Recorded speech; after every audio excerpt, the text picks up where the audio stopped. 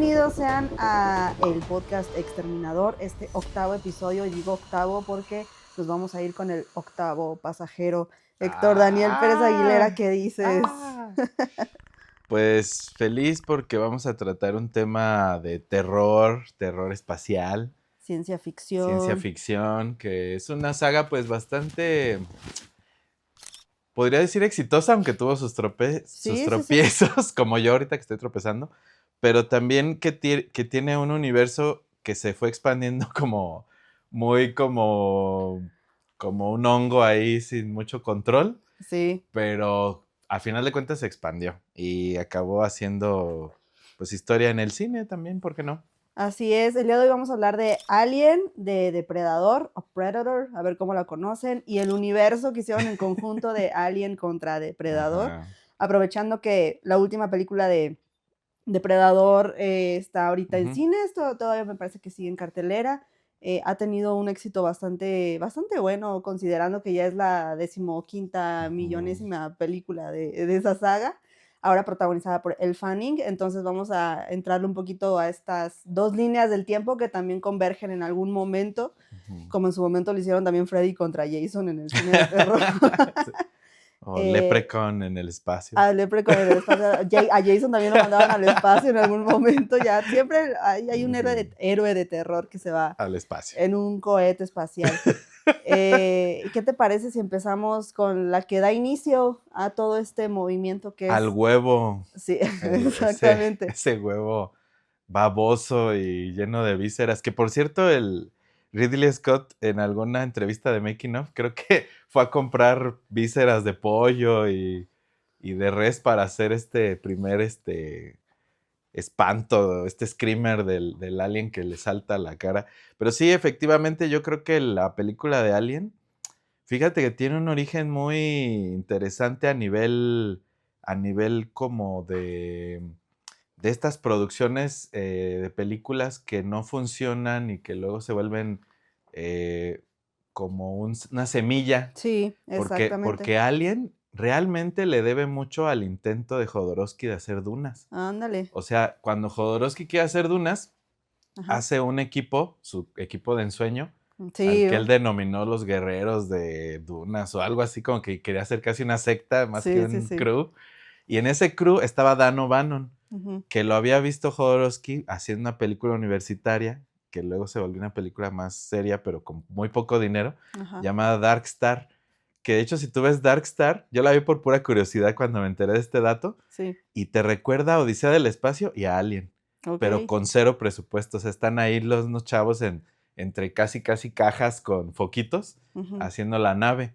Pero algo interesante es que la presencia de un polizonte, que es un alien, o sea, un extraterrestre, pues, es igual de inquietante, y la atmósfera y el hecho de que dónde está, por qué el compartimento tal marca error, o sea, ese tipo de suspenso es Alien, nada más que, te digo, con 3 pesos, ¿no?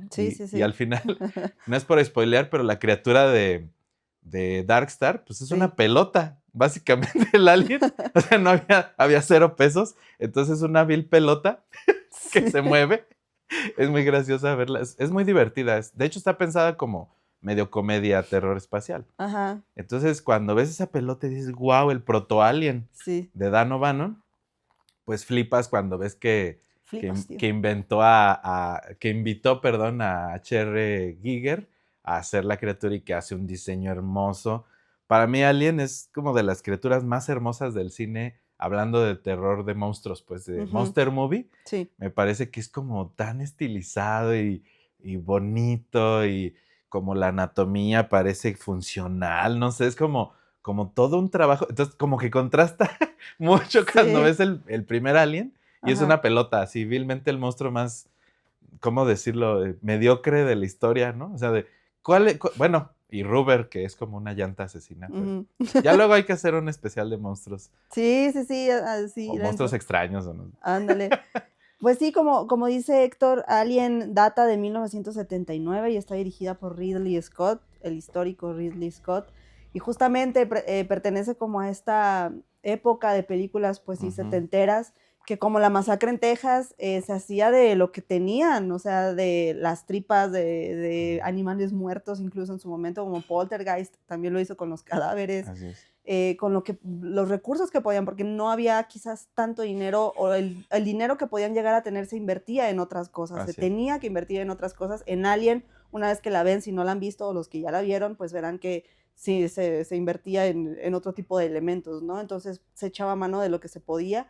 Y también pertenece a esta época de películas que quizás a nosotros como millennials nos tocó ver en el Canal 5, nos tocó ver en cable, que las vimos de muy chiquitos, y que para muchos significó, aunque es predominante el cine de ciencia ficción o el género de ciencia ficción en estas películas, a muchos nos impactó como si fuera película de terror, a muchos les daba bastante miedo. Es que cuando mencionaste la masacre de Texas, creo que también, no recuerdo si el mismo Ridley Scott o alguien decían que era como la masacre de Texas, pero en el espacio. Podría ser. Como el Pitch. Sí. Que era así como un asesino serial, pero extraterrestre. Sí, sí, y sí. oculto en una nave que es una casa, pues como una casa embrujada, pero es una nave espacial.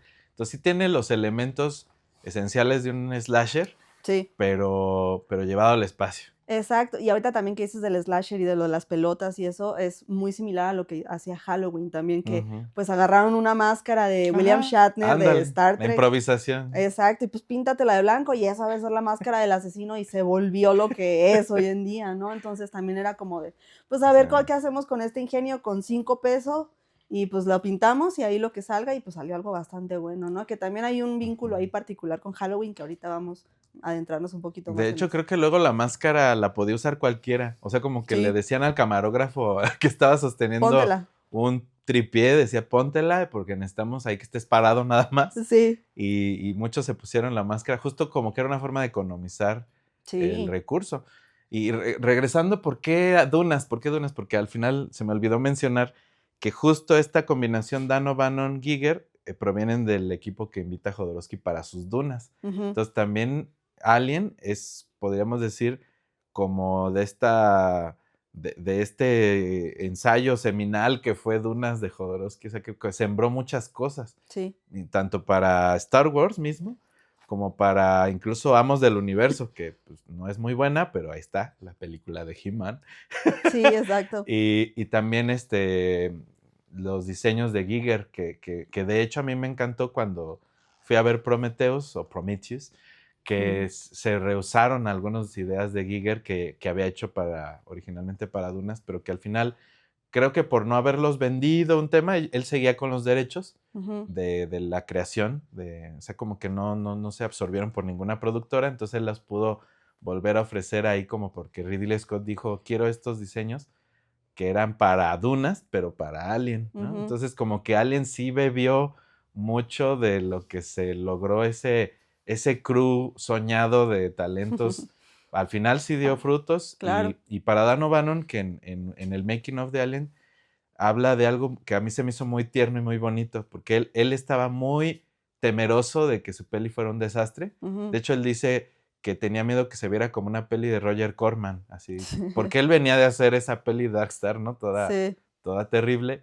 Para él, pues, como autor dices, me da pena, me da cringe, pero cuando, no me acuerdo quién se lo llevó a fuerzas al cine, creo que fue el mismo Ridley Scott, dice, no, tú eres el guionista, eres el que inventó la historia, ¿no? El universo, ven a tu estreno.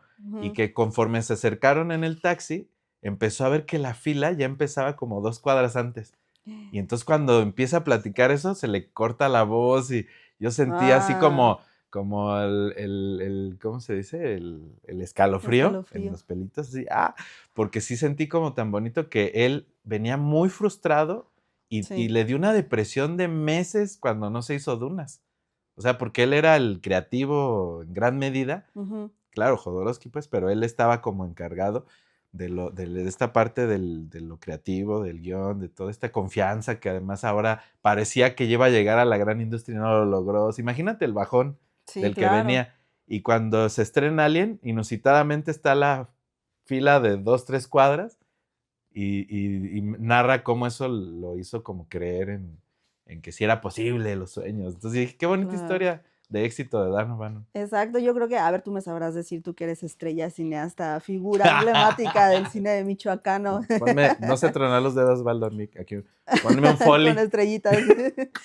Yo creo que ese es el verdadero éxito de un cineasta, ¿no? Más allá de la taquilla, que pues alguien sí puede presumir de una buena taquilla y de otras cosas más en las que ahorita vamos a adentrarnos, pero esa satisfacción, ¿no? Sí. De ver como una cierta revancha también que te puede dar una película como Alien a un proyecto que pues puede ser un sueño frustrado también, ¿no? Sí, también para Giger, porque él también, como que él no había colaborado en cine, o sea, él es un artista sueco, me parece, que pues, pintaba y hacía escultura, pero a partir de Alien, la de chamba que le empezó a caer, o sea, creo que se aventó el monstruo de Poltergeist para Spielberg, y se aventó como más películas, o sea, diseño de armas, de vestuarios.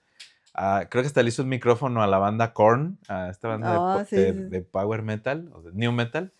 Entonces empezó a caerle mucho trabajo. El Giger se volvió cultura pop, de ser un artista en su tierra natal, como aquí uno en Morelia, ¿no? Así que estás haciendo, y de repente imagínate tu obra en todo el mundo. Exacto. Tu monstruo amado, parodiado, querido, gente que se disfraza. Entonces imagínate qué bonito se debe sentir.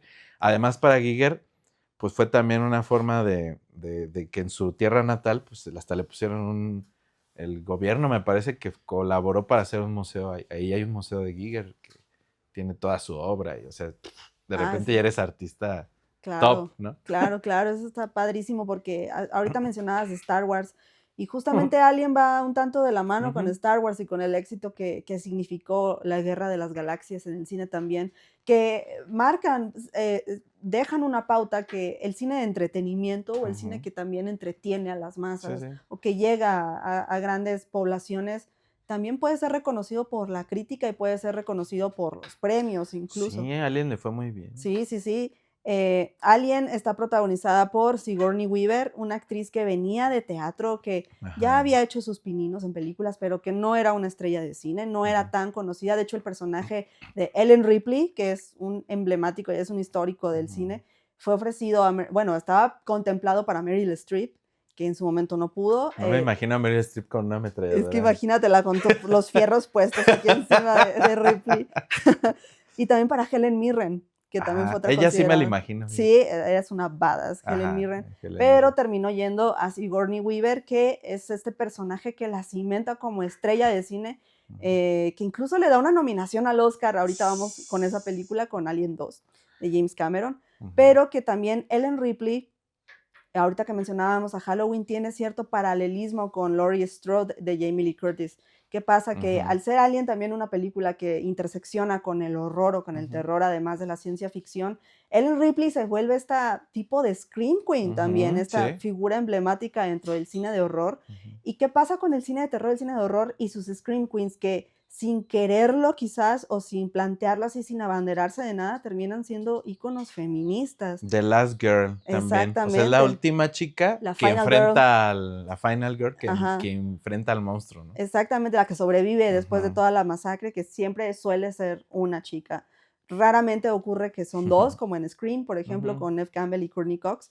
Pero Ellen Ripley se vuelve este personaje fuerte, esta mujer fuerte que en momentos sale con el pelo muy corto o rapada, incluso en algunas ediciones. Muy militar, con botas puestas, con pantalones, con, digamos, una apariencia muy hombruna, pero que hacía mucha resonancia con las mujeres y que, insisto, sin abanderarse de nada, sin autoproclamarse feminista, ni mucho menos. Empoderó. Con las acciones empoderó justamente a muchísimas mujeres y tiene este paralelismo, este espejismo con Jamie Lee Curtis, que son de la época. Halloween, si no mal recuerdo, también es del 79. Que Jamie Lee Curtis también sale en esa característica, como dices, como muy hombrada, ¿no? Sí, como muy masculina en algunas instancias.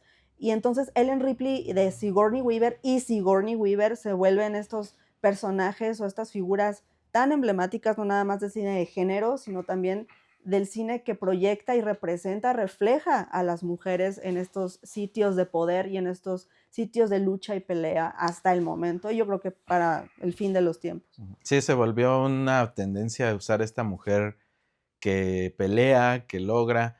Que alguna vez leí un artículo que criticaba incluso también eso. O sea, como la otra cara de la moneda de ese empoderamiento era la crítica, no recuerdo el autor o la autora, pero como que se quejaba de que por qué tenía que la mujer volverse hombre. Exacto. O sea, que por qué, y yo creo que ahora estamos viviendo el resultado de esa reflexión, porque ahora también las personajes, si se me permite el término, ya no necesariamente tienen que ser como hombradas, sino como que ahora sí, desde su feminidad, enfrentan estos desafíos que antes se pensaba solo un hombre podía... Exactamente. Un hombre como Schwarzenegger contra el depredador, ¿no? Exactamente. Justamente. Lleno de testosterona. Estamos hablando de finales de los 70s o inicios de los 80s. Se tenía uno que poner en el lugar del hombre para poder proclamar poder o para poder ejercer el poder desde estos sitios que no se les permitía o no estaba tan abierto el camino para las mujeres de estos sitios de pelea o de lucha. Como enlistarse en la marina, enlistarse para policía, todo eso que antes era mal visto y que hubo mujeres que empezaron a abrir camino. Pues así como dices, Helen Ripley en el cine de acción, de terror, de ciencia ficción, abrió camino para otras actrices que lograron papeles que hoy en día son comunes, ¿no? Normales. Sí, claro. Hay también otro paralelismo que a lo mejor no tiene nada que ver, pero a mí me recordó mucho a Ellen Ripley cuando se rapa, que es Natalie Portman en V de Vendetta, ¿no? Que también agarra como este lugar de la vengadora, de la que va a hacer justicia, de la justiciera, de esta mujer fuerte. Y de Alien, ¿algo más que decir de la primera Alien? Pues nada, que creo que sí es una peli fundacional o piramidal para el género de terror espacial. Sí. Tal vez incluso terror cósmico, por ahí, aunque no tiene tanto que ver Lovecraft, pero sí hay como esta situación como de la amenaza, de algo que no entiendes, de un monstruo que es casi imposible de derrotar. Entonces, todos esos fueron grandes aportes. Y a lo mejor mencionar que hay un manejo del suspenso que lo comentábamos otra vez con El gato de Más negro que la noche, y conecto con ese episodio Vayan a verlo. que el gatito en Alien justo también sirve como este vehículo de arenque rojo o de pista falsa, porque muchas veces el gato es el que nos asusta en vez de que la criatura, porque además era costosa ponerle el traje tan rebuscado que hizo Giger, también en su momento fue revolucionario. Como que era un buen vestuario, me refiero, era como un buen monstruo. Fue la primera vez que en el cine se vio un monstruo así de elaborado y serio. Sí. O sea, que esta seriedad de la que venía del teatro de Sigourney Weaver, incluso los estudios Pinewood en Londres, o sea, toda la filmación de Alien fue muy seria. Fue una cosa ceremonial y seria, ¿no? Se alejaron del común denominador de las películas serie B, de acción y terror, que eran como no tomadas en serio. Sí. Así como cuando hablamos de superhéroes, que el Superman de Richard Donner fue el primer superhéroe serio, tal vez Alien sea la primer peli seria de monstruos espaciales. Todo lo otro era un poco como entretenimiento nada más. Chistorete. Y acá hay chistorete incluso para relajar. Esto como el relief character o personaje de fuga. Acá, por ejemplo, no hay mucho eso. O sea, todo es tensión, todo es mal rollo. Y sí hay un par de chistitos ahí, tal vez porque son como militares, son mineros, creo que son mineros ellos, van en una excursión. Entonces, como crew, es un personaje coral maravilloso, o sea, funciona. Muy. A nivel actoral y humano, la peli te presenta esta tripulación que sí te preocupa. Sí, claro. Porque la sientes cercana. O sea, la forma en la que conviven en la nave, incluso el desgaste físico de la nave, fue algo que se heredó en películas posteriores, porque el espacio solía ser muy inmaculado. Como era la frontera futurista, se imaginaban las naves limpias y lustrosas, así como que los 50 es esa época de progreso, que es donde se extiende mucho el futurismo como una especie de aspiración de un mundo mejor. Me encanta que Alien fue al mundo peor. O sea, un mundo donde hay sindicatos, donde esta empresa, la Weyland Yutani, es como una empresa explotadora y mal rollo, así que no le invierte a sus naves, ¿no? Que las deja caer, porque ellos traen casi un gallito de nave, o sea, el Nostromo es como un bocho, como si manejaran un bocho espacial, y me encanta el diseño de arte en eso, porque se ve una nave vieja, se ve gastada, algo que incluso Neil Buckland, que después en 2000 empezó a retomar en sus propios diseños, ¿no? Que se vieran derruidos o corrosivos o rasguñados, ¿no? Para puertas que no cierran bien, todo eso me parece que fue un gran aporte estilístico de Alien también. Sí, y de hecho ahorita que mencionas esto de la seriedad de la película, y del diseño de arte. Es importante también destacar que la primera Alien 79, bueno, de 1979, estuvo nominada al Oscar a Mejores Efectos Visuales. Entonces, sí, también eso te habla mucho de a dónde aspiraba a llegar Alien también, ¿no? Sí. O sea, no querían quedarse como esa película palomera que le llaman. O sea, ellos realmente querían mostrar algo diferente. A ver, Héctor, tú que le sabes a este asunto, ¿cuál podría, porque estás para el público, cuál y si no lo ChatGPTeo. Sí, ahorita buscamos rápido. ¿Cuál es la diferencia entre efectos especiales y efectos visuales? Buena pregunta. Buena pregunta.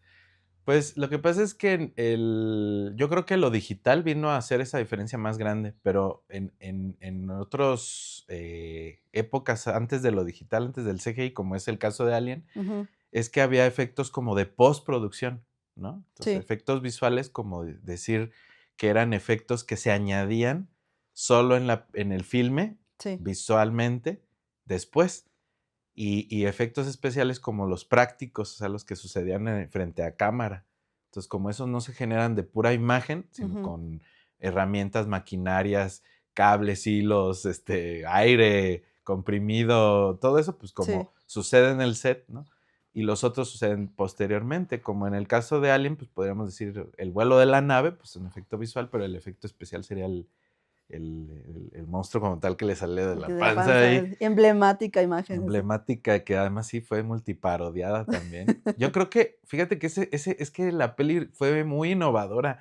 Sí. O sea, ese grado de terror, yo podría incluso decirle como un terror médico o quirúrgico. O sea, el infectarse de algo externo y que te crezca adentro. O sea, un hombre embarazado. O sea, son conceptos muy fuertes para... Estábamos en una revolución sexual en ese momento, entonces fue interesante. De hecho, el mismo Alien tiene una forma fálica, ya me salí del tema, pero es que tanto símbolo ahí la hizo que la peli fuera un bombazo. O sea, yo creo que la gente que la vio en su momento ni podía digerir tantos emblemas y símbolos ocultos en ello, pero a Giger era decididamente en su obra. O sea, si uno ve sus pinturas antes de que a ver Alien, ves que está el tipo clavado con el asunto de la anatomía humana y muy en los así muy cañón.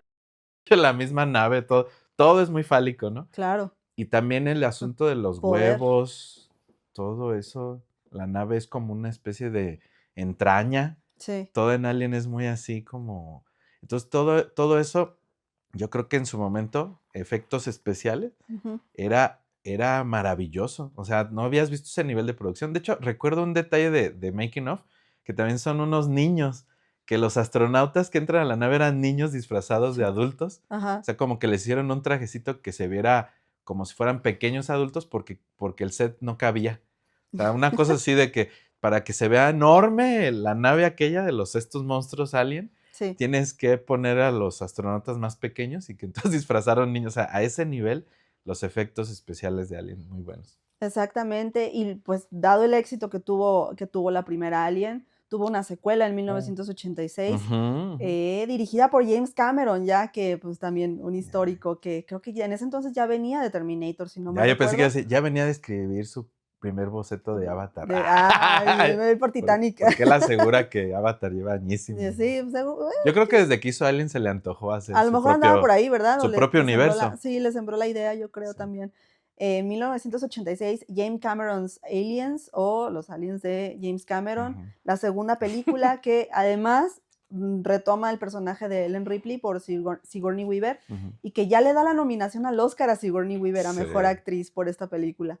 James Cameron, que pues también, o sea, no es nada ajeno al cine de ciencia ficción, no es nada ajeno a este tipo de líneas narrativas, de personajes. Entonces yo creo que cayó en muy buenas manos, y que además te habla de que Alien caía en manos de cineastas, no caía en manos de cualquiera, ¿no? En ese entonces, sobre todo. O sea, que les daban, incluso pueden ser considerados autores por muchos, que les daban su propia visión. Pues de hecho toda la saga de Alien fue como encargada o comisionada a directores que tenían cierta propuesta estilística ya de autor. Bueno, menos Fincher, que creo que él era el más novato, pero acabó siendo un directorazo. Sí, claro, o sea. Fue como un gran... Fíjate, para Fincher también fue triste, porque tengo entendido que su Alien 3 no cuajó como él quería. No terminó tanto. Existe un corte del director que puede arreglarlo un poco, pero al final de cuentas él se quedó como muy decepcionado de que la producción quisiera manipular tanto. Sí, la Alien de David Fincher es la tercera entrega de la saga de Alien, Alien 3. Ya es en los 90s, que aparte inicios de los 90s, del 92, específicamente pues el cine de horror, cine de terror, andaba en un bache terrible que llega a rescatar el género Scream, que ya lo habíamos comentado en otra ocasión. Ya se había un desgaste de todo el terror ochentero. Sí, ya el público no estaba yendo a ver esas películas, pero igual cae en manos de David Fincher, que es un gran cineasta. Y a finales de los 90 también llega la cuarta película de Alien, que es Alien Resurrection, con esta temática, esta estética muy Y2K, o sea, se veía venir. Muy videoclipera. Muy videoclipera. Estábamos comentando que Scream de Michael Jackson y No Scrubs de TLC se ve en esa película. No Scrubs, sí. Dirigida por Jean-Pierre Jeunet, que venía del cine francés también, el director de Amélie, para... Quizás quien no lo ubique venía muy de bien. ser, creo, La ciudad de los niños perdidos. Sí, exactamente. Que es muy buena y también, yo creo que por eso le comisionaron a Alien. Es como El camino de Guillermo del Toro, ¿no? Sí, que empezó a hacer ese cine, él en caso en Francia, lo ven en Hollywood y le dicen, vente para acá, a Del Toro se lo jalaron para Mimi. Como la habilidad para manejar esos sets y decorados. Sí, claro. Es un cine muy estilizado. Sí, claro. Ajá. Exacto, ya también es la última película de Sigourney Weaver, está Winona Ryder, está Ron Perlman también en esa película, creo que Brad Dourif, la voz de Chucky, también está por ahí. Sí. Entonces, pues sí, es una película muy noventera que si la ven van a transportarse a 1997, pero sí. Son esos pelis nostálgicas. Justo en la nostalgia que decías de James Cameron, pues él venía de hacer Terminator. Sí. Y recuerdo que él, para convencer al staff inglés, tuvo que mostrarles Terminator. O sea, les hizo un screening, dijo... Como que él no podía agarrar los hilos de la producción, o sea, le desobedecían, le reventaba a él que hacían la pausa esta famosa del té inglés. Sí. Entonces, imagínate esa historia. Y él decía, pero ¿por qué? Y entonces como que en querer conectar con ellos, les muestra Terminator y empiezan a creer en él. O sea, es esto que decías del director que está como entre novato, pero demostrando. Sí. O sea, es como, ya logré algo. Terminator hizo también buenos números, pero tienen que pasar por Alien como si fuera una especie de prueba y lo hacen. O sea, todos ellos en ese momento no eran los enormes directores que ahora son. Exactamente. Fue como una prueba, también como si Hollywood les dijera, a ver, gánatelo. Una novatada. Exactamente, ¿no? exactamente. Una prueba de fuego. Sí, es como si Alien fuera eso. Y tal vez por eso también el universo de Alien esté tan manoseado y tan extraño, porque cada director le llevaba en direcciones muy de autor, yo creo. Fede Álvarez la tomó, ¿no? También Alien Romulus, me parece que es Fede Álvarez.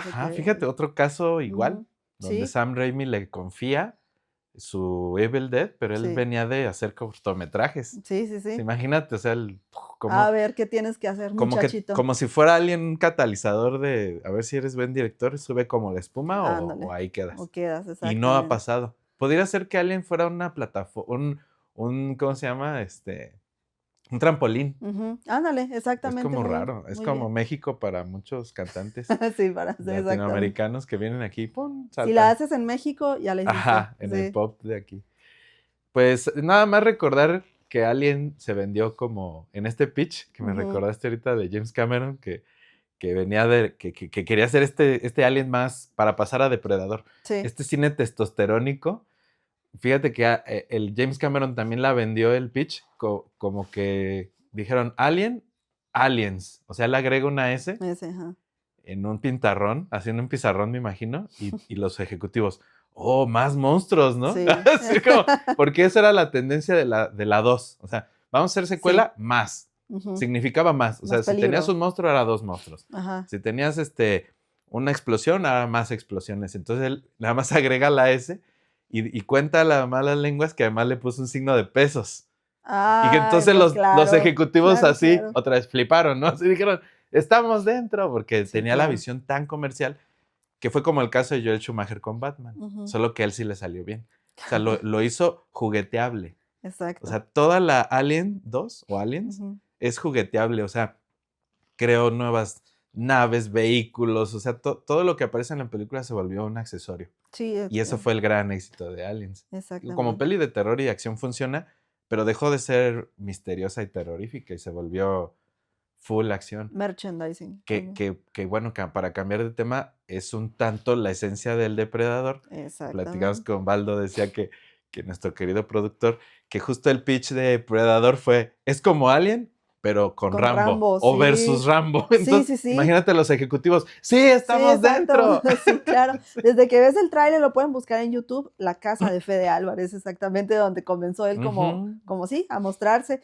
Desde que ves el tráiler de Depredador, sí dices, esto me recuerda a Rambo. A Rambo. Sí, Rambo contra un monstruo. Exacto, sumergidos ahí en la selva centroamericana, ¿no? Sí. Me parece. El Pidia Carrillo. El Pidia Carrillo, hay que hablar del Pidia Carrillo ahorita, pero ahora Depredador es de 1987, dirigida por John McTiernan, y esta está protagonizada por el mero de los héroes de acción, ¿no? El Max Steel de la vida real, don Arnold Schwarzenegger. Gobernator. Exactamente, entonces es esta figura que también venía de Terminator, y pues qué mejor figura para vender una película que el Terminator. Además, ¿quién se podría enfrentar a Depredador si no es un cuate enorme, ropero como Schwarzenegger? Exacto. En traje de Rambo? Pues claro que todos estuvimos ahí. Claro. Quiero ver esto. Con sus nulas cualidades actorales, pero sus múltiples cualidades. Sus enormes músculos llenaban la pantalla. Sí. No necesitas más con Arnold Schwarzenegger. Si está puesto para ser héroe de acción, lo va a hacer y lo va a hacer bien.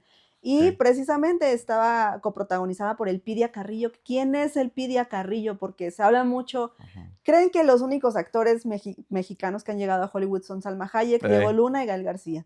Y pues no, antes llegó el Pidia Carrillo, que es actriz michoacana, es de Parácuaro, Michoacán, además, la tierra de Juan Gabriel. Tiene su propio festival de cine aquí en Michoacán. A ver, platícanos. El Cine Sin Cines. Ajá. Del Pidia Carrillo, pues para dar exhibición a trabajos locales que pueden ser promesas del cine como ella lo fue. O sea, en este camino de éxito ella quiere aportar también a la comunidad, ¿no? Sí. También ha tenido, no sé, a lo mejor tú me sabrás decir mejor, como homenajes en el Feratum, ¿no? Sí, yo fui a ver Depredador en un reestreno a Feratum porque le entregaron ahí le hicieron homenaje al Pidia Carrillo y fue refrescante verla en ese contexto. Sí, o sea, claro. Como que revés la película. Bueno, yo que la vi también como dices en el Canal 5 seguramente, con un doblaje ahí muy divertido. Diantres, el Depredador, no, el Diantres. Recorcholis, pero al verla de nuevo y ver este material, pues ya sabes que restaurado y con más gente en esta experiencia que es el cine, que es este convivio social, pues fue como maravilloso redescubrirla y ver a esta actriz haciendo estos papeles duros también de mujer militar y en esta inclemencia de la jungla y todo eso, pues sí también cobra este asunto como también terrorífico, ¿eh? O sea, es una peli que también está en el mismo tono que Alien, pero es como en la jungla, pues es incluso Jurassic Parkesca también. Sí, totalmente. Ana González era el personaje de El Pidia Carrillo, actriz michoacana. Hay que hablar más del Pidia Carrillo. Y además, recordaba yo cuando vi Depredador hace muchísimos años. O sea, yo tengo las imágenes sueltas ahí de la película, igual en televisión, en cable. Yo recordaba que nunca se ve realmente ninguna criatura. Nada más vemos a Arnold Schwarzenegger y a sus músculos, a sus brazotes.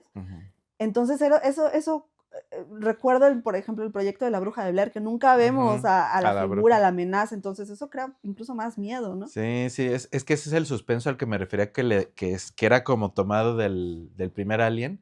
Porque sí sale Alien, o sea, el xenomorfo, perdón, que es como el mismo error de Frankenstein, el monstruo de Frankenstein, el xenomorfo, ¿no? Todos le decíamos el Alien, pero bueno.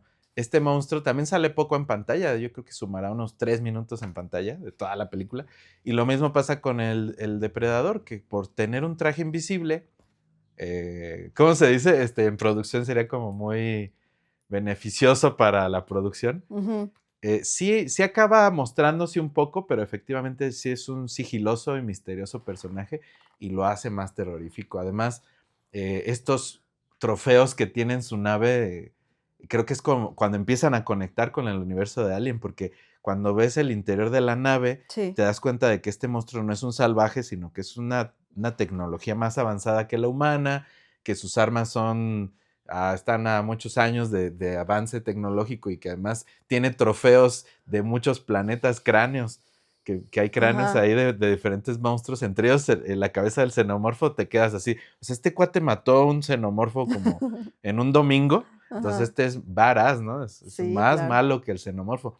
Fue una forma de subir la apuesta y la amenaza. Sí. La amenaza invisible se volviera más terrorífica.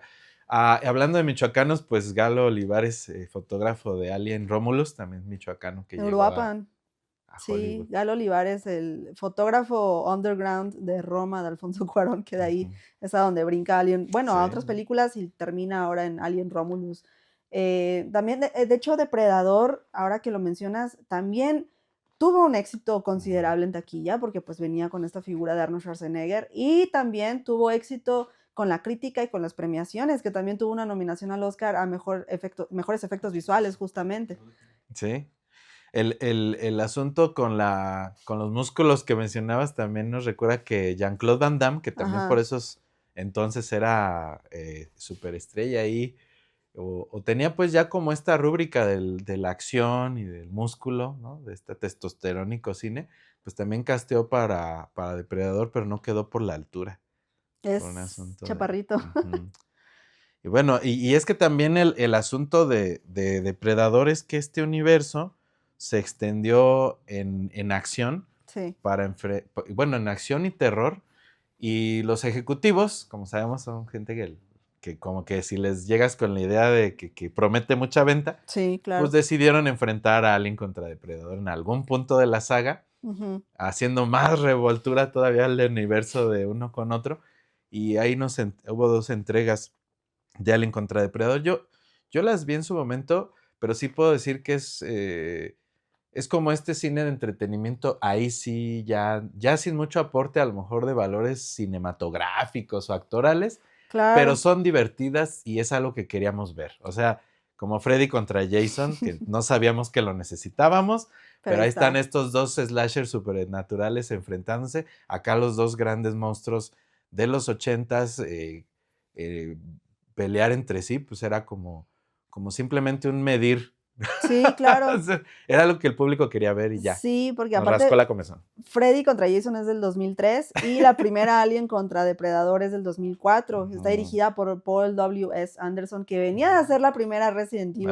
Y que se quedó haciendo Resident Evil. Y que se quedó ahí, afortunadamente, sí. No lo necesitamos en otros lados, la verdad. Que haga esas películas. Sí, y justamente yo me acuerdo de la primera Alien contra Depredador, sobre todo cuando se estaba vendiendo. Y yo decía, pues no, o sea, ya no contaba con estas estrellas, no con este plano actoral para nada. No. Entonces. Es las criaturas. Sí, esos eran los grandes protagonistas, pero justamente era este vehículo para vender a través de la nostalgia, ¿no? Creo que todos detectamos esa necesidad de vender. Por eso dije, los ejecutivos dijeron, hagámosla. Y para quien decida verla en esta saga, porque también a veces uno por querer ver, es como que el efecto Marvel de ver todo, ¿no? Porque a lo mejor me pierdo de algo. Tal vez no te pierdes de nada que aporte al universo Alien, porque como decimos aquí, pues el universo Alien ya está un poco dispar. O sea, tampoco es que sea muy estricto las reglas. En realidad, cada director hizo un poco lo que quiso con él. Claro. Y fue que llegó Ridley Scott de vuelta a poner orden. O sea, como que él vio este desorden en el que estaba su universo de Alien, con Dan O'Bannon, pues, y dijeron, hagamos de nuevo Make Alien Great Again. Y entonces, así como Trump, ¿no? Así llegaron el verdadero maga. A poner orden, porque ya estaba, ya Alien contra Depredador 2 y demás, ya no. La Requiem, sí. Entonces dijeron, hagamos otra cosa otra vez hacia Alien 79, algo otra vez así como el material. Lo serio. Porque además pasó ese efecto 2000ero de hacer todo muy comercial, muy visualmente videoclipero, y como que vino esta otra tendencia ahora del elevated horror y todo eso. Y yo creo que también Ridley Scott aprovechó ese hype de tomar en serio otra vez al terror y dijo, vamos a hacer ahora la precuela de Alien. Yo creo que para los que habíamos visto todo este universo y cómo se desfiguró y cómo se reconfiguró, pues nos dio mucha esperanza a Prometheus. O sea, fue así, hasta el nombre es así como mítico y promisorio. De hecho, Prometheus viene en la palabra promesa, ¿no? Prometer. Que de hecho la palabra Prometeo tiene la palabra promete. ¿no? O sea, entonces todo el mundo estábamos hypeados de, Prometeo, pues promete, ¿no? O sea, esperamos con ansias el regreso triunfal de Ridley Scott para revivir la saga Alien, establecer, además, porque además él decía en entrevistas previo al estreno, no, vamos a poner el universo de Alien en orden porque hablaba de que del origen, o sea, porque todos nos preguntamos, bueno, esta amenaza de dónde viene, y pues nos trajo la explicación de los famosos ingenieros, que ahora nos recuerdan al Frankenstein de Guillermo del Toro, por cierto. Sí, sí. Escultóricos, blancos, pelones, sí, estas grandes esculturas griegas, ¿no? Sí, sí, sí, y pues, la línea del tiempo tanto de Alien como de Depredador, como del universo conjunto, da para mucho, son que casi más de 15 películas, ¿será? O aproximadamente 15 películas por ahí. Es una saga. Sí, entonces, pues para ir cerrando, porque ya se nos está acabando el tiempo, la que está en cines ahorita es Depredador Tierras Salvajes, Depredador Badlands, ahora protagonizada por Elle Fanning, este universo que también venía muy masculino, de una energía muy masculina, mucha testosterona, nos dijeron ahorita en producción.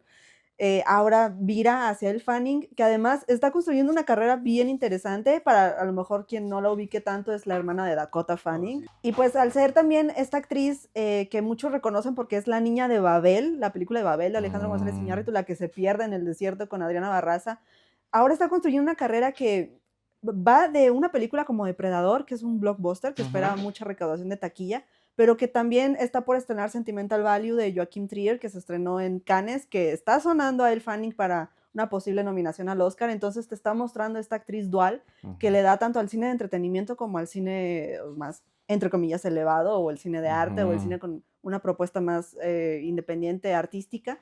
Y la toma como protagonista ahora Depredador, ¿no? Este universo que ahora se va hacia el lado femenino. Que además es un personaje que casi parece un personaje de fuga también, como personaje de alivio cómico. Sí. Pero acaba siendo, evoluciona muy bonito porque empieza siendo un personaje un poco así, cómico. Sí. De hecho, sus primeras apariciones son como un androide muy desinteresado de la situación. Eso me gustó mucho porque también no es el androide serio y militar, sino es un androide muy jocoso, muy...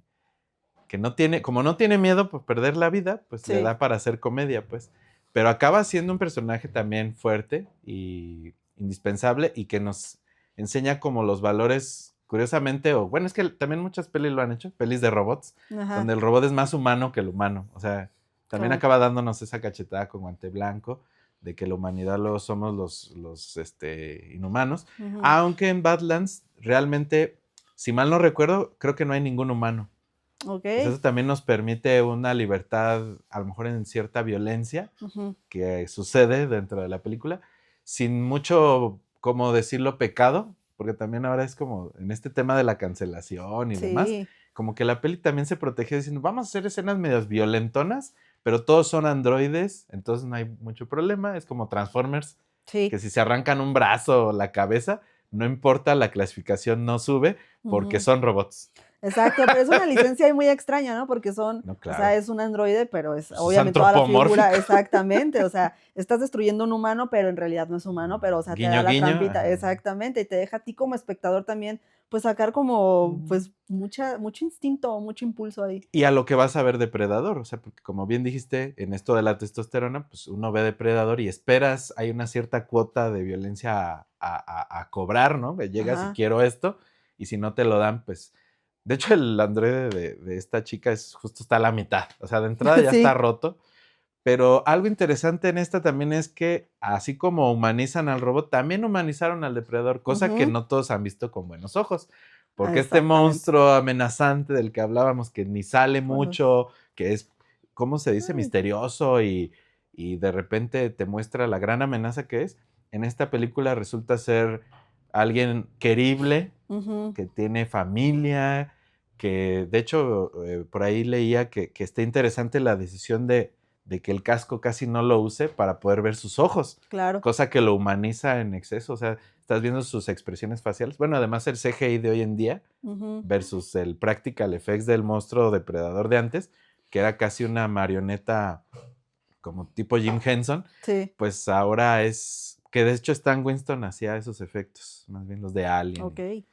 Y ahora es este CGI tan precioso, tan bien hecho, Disney, la casa Disney, ahí metiéndole animadores, pues hacen un depredador que gesticula y te muestra emociones. O sea, esta Sí. cara monstruosa mostrando emociones. Exactamente. Yo todavía no he visto la película, vi ya el tráiler 150 veces en el cine porque como la han vendido. Héctor ya la vio, pero justamente mientras yo veo el tráiler, yo veo a esta criatura, al depredador, y lo veo amigable, me cae bien, se ve como que hacen como esta amistad, bueno, no sé si amistad, como este vínculo de compadres con el personaje de Elle Fanning, ¿no? Entonces, eso también llama mucho para ver la película. Y es una película sobre la amistad, haz de cuenta, o sea, hay una parte ahí que a lo mejor en análisis más profundo, pero voy a tratar de no spoilear, también hay una especie como de afrenta con la familia natural o nuclear. Ajá. Es decir, te da ¿sabes? Como It, que la patrulla de los perdedores acaban hablando de que la amistad es la verdadera familia. Sí, sí, sí. Porque la chica es maltratada por el papá. Y hay un mensaje ahí como de que la familia tú la escoges y no es la familia que te dio la biología. Ajá. Entonces va por ahí también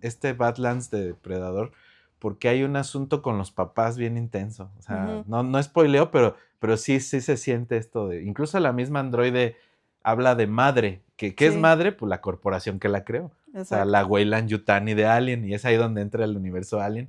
Nada más entra en el nombre de la empresa. O sea, como que dijeron, vamos a conectar los universos con el nombre de la corporación que hace a los androides, porque esta robotita pues acaba siendo prima de los robots de Alien que han salido todo el tiempo, porque es de la misma factura o de la misma empresa, entonces le llama mamá. Y el depredador, este adolescente depredador, que además es un proceso como muy coming of age, porque es un adolescente depredador que tiene que ir de cacería para demostrar su hombría, que es un ritual además antropológicamente muy común en muchas religiones, en muchos pueblos originarios, en muchas comunidades. Siempre hay este ritual, ¿no? De la cacería. Ve y demuestra que vales la pena para el clan, ¿no? Sí. Entonces, esto sucede en Alien Depredador, bueno, en Depredador Badlands, y justo en debo demostrar que soy muy hombre y muy rudo, pues viene este choque con los papás y todo este asunto. Entonces, también hay patricidio simbólico, matricidio simbólico por parte de los personajes que al encontrarse y encontrar la amistad, pues generan ese vínculo más fuerte a veces que la propia familia que te tocó en la ruleta rusa de la vida. Biología, sí. Y fíjate, me suena mucho a lo que comentabas con los directores de Alien, ¿no? Que se tienen que salir a probar y ve y demuestra.